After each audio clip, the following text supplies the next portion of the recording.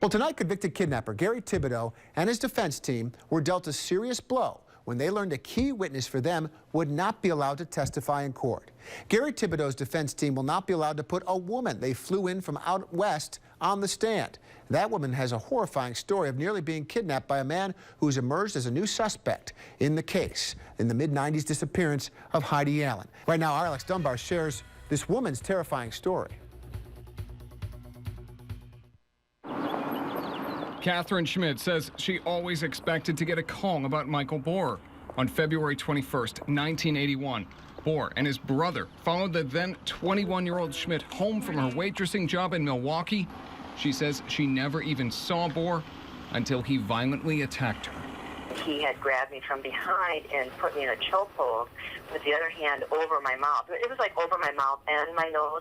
And the pinching of the chokehold was, I really think he was just hoping that he would make me pass out. Schmitt says she had to fight for her life as Michael Bohr tried to push her into his car.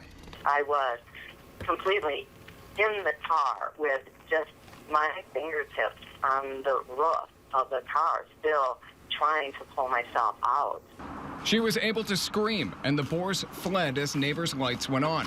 Police caught them, and Michael Bohr eventually pled guilty to false imprisonment. Schmitt said she wanted to press charges, not just for herself, but for other women.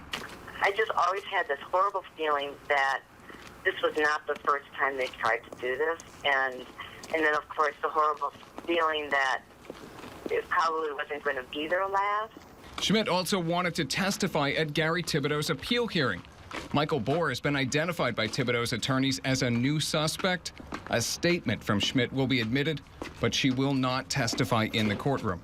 District Attorney Greg Oakes objected, saying her testimony could drive the appeal hearing in a different direction. Michael Bohr was interviewed, but has with any crimes in connection with Allen's disappearance.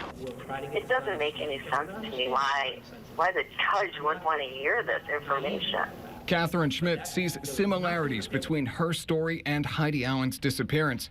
Schmitt considers February 21st, 1981 her second birthday, the day she almost died, but got a chance to live again. I don't see any limits on what Michael Bohr would be capable of doing.